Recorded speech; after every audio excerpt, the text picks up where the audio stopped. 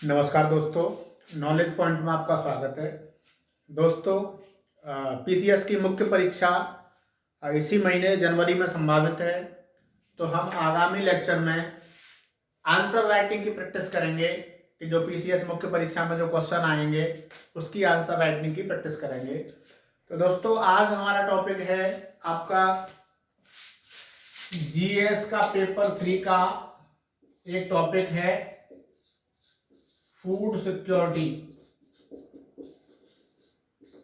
हिंदी में बोलते हैं खाद्य सुरक्षा।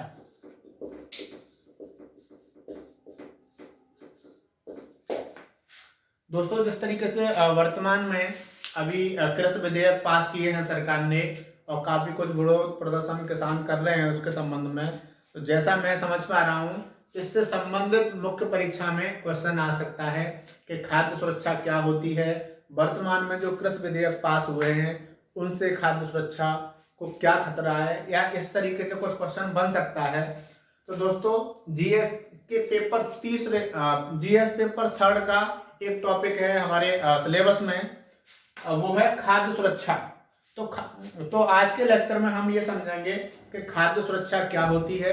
कल हम ये पढ़ेंगे अगले लेक्चर में कि खाद्य सुरक्षा को प्राप्त करने के लिए सरकार ने क्या क्या प्रयास किए, और अगले लेक्चर में हम ये देखेंगे कि खाद्य सुरक्षा से संबंधित एग्जाम में क्या क्वेश्चन आ सकता है और हम उसका क्या आंसर लिख सकते हैं।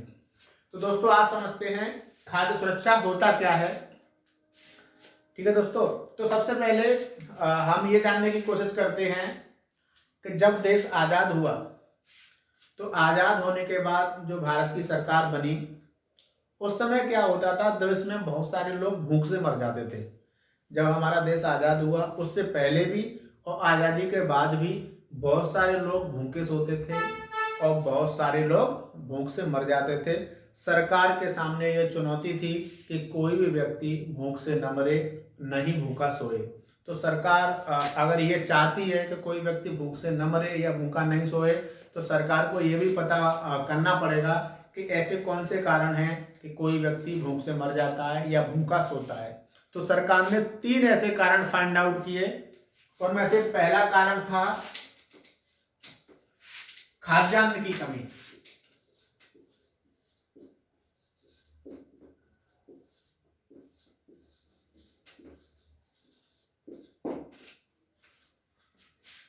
ठीक है दोस्तों, पहला कारण क्या था, जब देश आजाद हुआ था उस समय क्या होता था, अकाल पड़ते थे।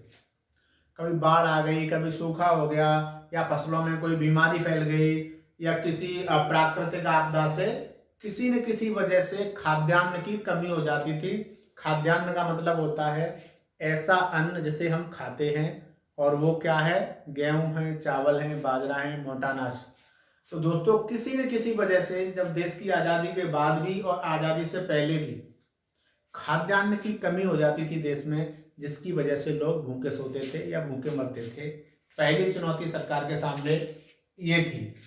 दूसरी चुनौती ये थी कि अगर खाद्यान्न है तो खाद्यान्न तक पहुंच नहीं है लोगों की।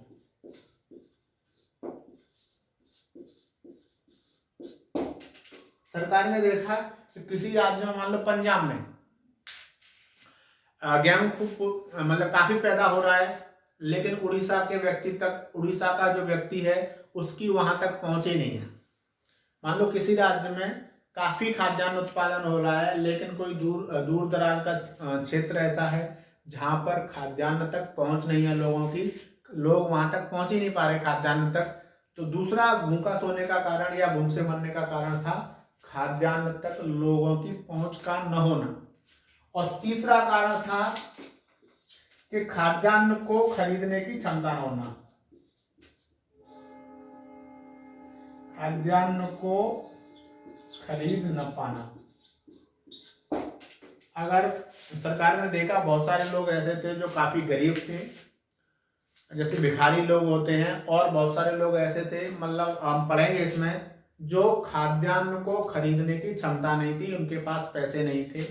ये 3 ऐसे कारण थे सरकार के सामने, ये 3 चुनौती ऐसी थी जिसकी वजह से लोग भूखे सोते थे, और इन चुनौतियों को सरकार ने फेस किया, इनको ओवरकम किया, कैसे किया ये हम अगले लेक्चर में पढ़ेंगे। तो यहां से आपके ये समझ में आ जाएगा कि फूड सिक्योरिटी होती क्या है।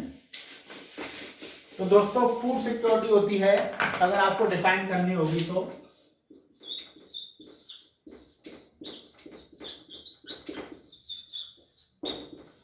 फूड सिक्योरिटी को अगर डिफाइन करें तो किसी भी देश में ऐसी स्थिति जब देश के प्रत्येक नागरिक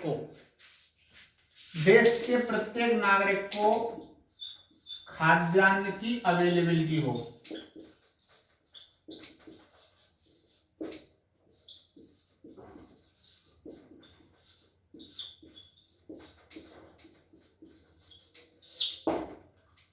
दोस्तों एक ऐसी स्थिति को खाद्य सुरक्षा कहते हैं जब देश के प्रत्येक नागरिक के लिए खाद्यान्न उपलब्ध हो। और क्या होना चाहिए उसके लिए? प्रत्येक व्यक्ति के लिए खाद्यान्न उपलब्ध हो और प्रत्येक व्यक्ति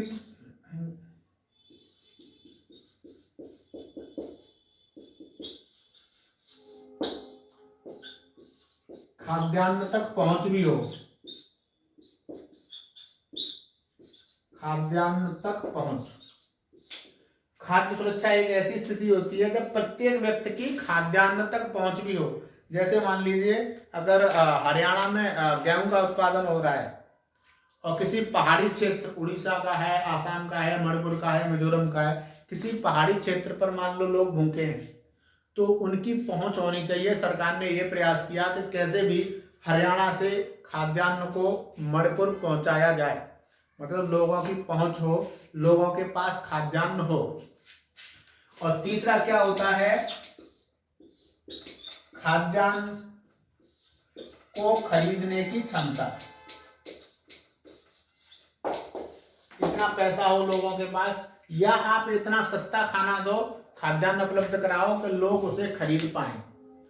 तो दोस्तों अगर आपसे क्वेश्चन मेंस में ये आता है, क्वेश्चन तो थोड़ा बड़ा होगा, आपको 100 शब्दों में या 200 शब्दों में लिखना होगा।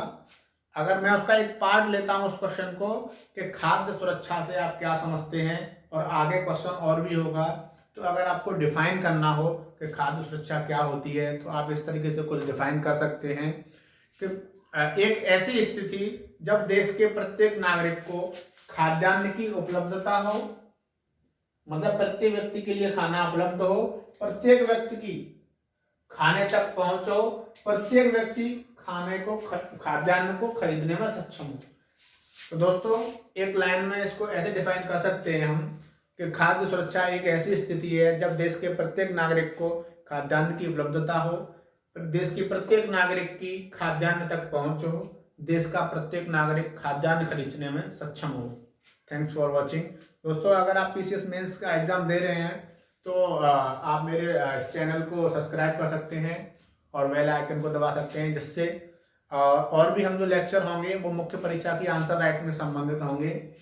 अभी हम चीज़ों को समझ रहे हैं, जैसे आज हमने समझा खाद्य सुरक्षा, कल हम ये पढ़ेंगे, नेक्स्ट लेक्चर में हम ये देखेंगे कि खाद्य सुरक्षा के लिए सरकार ने क्या क्या प्रयास किए, और फिर तीसरे लेक्चर में देखेंगे कि खाद्य सुरक्षा से संबंधित क्या प्रश्न आपके मुख्य परीक्षा में आ सकते हैं और किस तरीके से उसका बेहतर आंसर लिखा जा सकता है। Thanks for watching.